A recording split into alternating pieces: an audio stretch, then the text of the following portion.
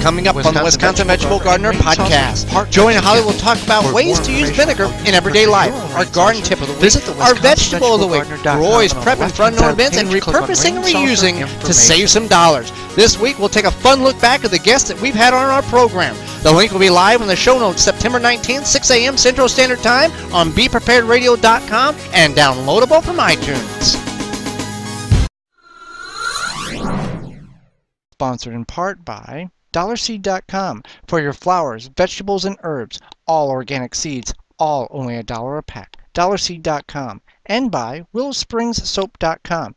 Handmade soaps with simple, recognizable ingredients, making soaps using the cold kettle process while using traditional methods. WillowSpringsSoap.com. The Wisconsin Vegetable Gardener and Rain Saucer have partnered together. For more information on how you can purchase your own rain saucer, visit the WisconsinVegetableGardener.com and on the left-hand side of the page, click on Rain Saucer Information. Welcome to the Wisconsin Vegetable Gardener Extra. I'm Joey Baird. We're in the big garden today, and much like you, we're harvesting some produce. Now, some produce we're not harvesting as prevalent as we had hoped for, but nevertheless, we've put something in the ground and we're getting something in return. We've got our zucchini plants here that you've seen us plant a couple weeks ago. They're doing very well. They do not have the powdery mildew that you'll see that our other plants have. Some of them here do. Now, the best way to deal with this powdery mildew is you want to take your snips and I'm just going to pinch it off, just take and remove it off the plant and dispose of this in your trash receptacle. You do not want to put this in your compost bin because this powdery mildew is a fungus and you don't want to spread that around. So you just want to Then we also have our cucumbers here that I'm not sure if we're going to produce before the cold weather hits, but we put them in the ground and it's worth a shot. We've got our potatoes that are starting to die off and good tops on them, hopefully, because we've double dug and buried them good when we plant them, that we'll have good production on them. Then we've got our tomatoes here. On the high end of the garden here, they've done really good. We've got some large tomatoes. We've got a lot of prevalent cherry grape tomatoes. And as we trickle down to the lower end, they didn't do as well because of the soil composition, because of the drought, because it's more of a clay soil. And we're going to work on that over the winter and figure out and to look at some ways to amend the soil to get a better production on the tomato plants or whatever we're going to plant here next year.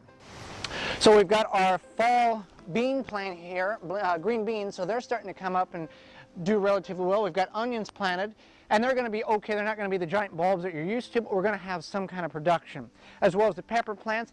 And we're in our melon cage. A lot of stuff going on here, good and bad. This plant right here, this was a random seed that came up in a pot that we had, so we went ahead and put it in the ground, and come to find out, it's going to be a large bottom gourd. There's just going to be one on that plant, but that's fine, not a big deal. We've got our shelf trellis here. We did have a Cinderella pumpkin. We'll talk about that in a moment. And when the pumpkin vines died down, we found a couple surprises, and those are always good in the garden.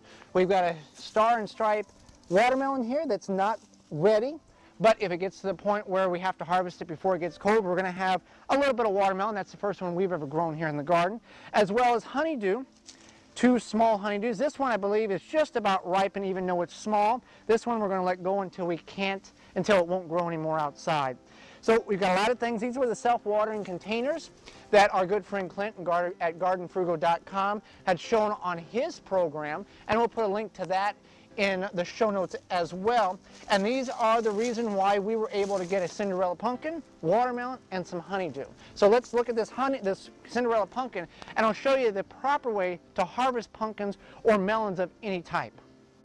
We've got a beautiful Cinderella pumpkin there, and you might be wondering, well, since things are done, why don't I just rip the vines out and take them, since they've got powdery mildew, just get rid of them and not put them in the compost bin? Well, there are a few things still growing, such as here. Now, obviously, that pumpkin, that's going to be another Cinderella pumpkin. We're already in the middle of September. I have no expectation that that is going to develop any larger than, a baseball, if that. But also, there's a lot of flowers still on some of these vines that have got the powdery mildew, and they're loaded with bees. So that's one reason why I'm not removing the vines from the garden yet. These bees have still got to get pollen to build their hives for the cold winter ahead. So that's why I leave them until the flowers are completely dead, the vines are completely dead, and the bees have got everything out of them that is possible. So with the Cinderella pumpkin, we're going to harvest it. Now, there's a certain way of harvesting. As you can see, we've got it in this netting. It had grown across the fence and it started to develop, so I put a net underneath it because otherwise it was just going to destroy the vine and we wouldn't have this beautiful pumpkin. So I'm just going to take the snips and snip the vine, which is dead there, away from it. And I'm going to snip this vine here away from it, which is dead. And now it's time to, oh, that's probably 10, 15 pounds. That's a beautiful pumpkin. Going to go ahead and clean this up. Anytime you're harvesting pumpkins like this, if you have a lot of them, you want to leave the stem. If you just break it off, you're going to cause the fruit to dry out quicker. And also it just looks prettier whenever you leave the stem on there. But also it has a handle as well, but you don't want to just snap it off. That is a beautiful Cinderella pumpkin. We've never grown one before. And thanks to you, Clint, at gardenfrugal.com, because of your wonderful self-watering containers, we've got our first pumpkin ever in the garden. So let's go over and look at the spaghetti squash, because we've got a lot of that. Here at the garden, much like yours, certain things thrive better from year to year than others. Last year we had a great harvest of butternut squash. This year, that didn't grow at all, but the spaghetti squash has done quite well for the conditions it was grown in because of the hot, dry weather. And on our squash cage, it seems to have worked quite well. But before harvesting any type of spaghetti or butternut squash, you want to find out if it's ready. And the way you do that is take your nail and simply push into the skin. If it doesn't puncture the skin, it's ready to go. If it does puncture the skin, you want to leave it on the vine until it can cure a little bit longer. And again, much like the pumpkin, you want to harvest this by leaving a portion of the stalk on it. This one's ready to go. Now, you'll just take your snips and give it about 2 inches and remove it.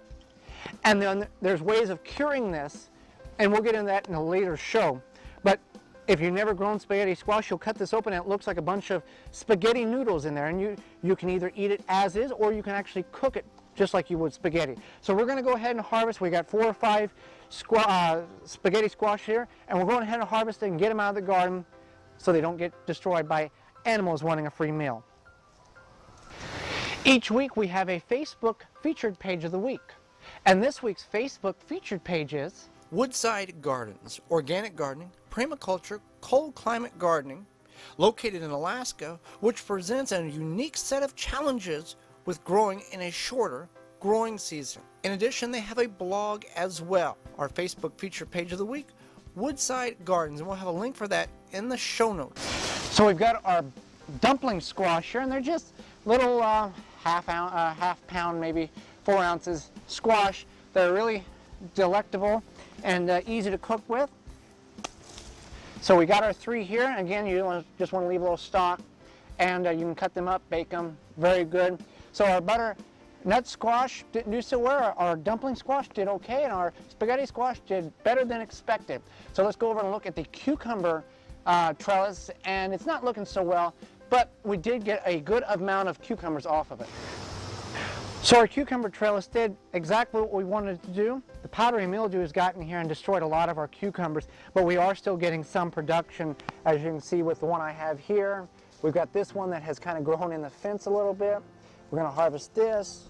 We got one right here, as well as our cucumber tower on our porch is producing quite a few cucumbers as well. Now with our cucumbers, some of them have gotten sunburn. We'll harvest that one there, as well as ones that look like that. A couple of reasons for that. Could be a lack of pollination, and that could be one reason. So we're going to look at a couple of ways next year to entice more bees into the garden.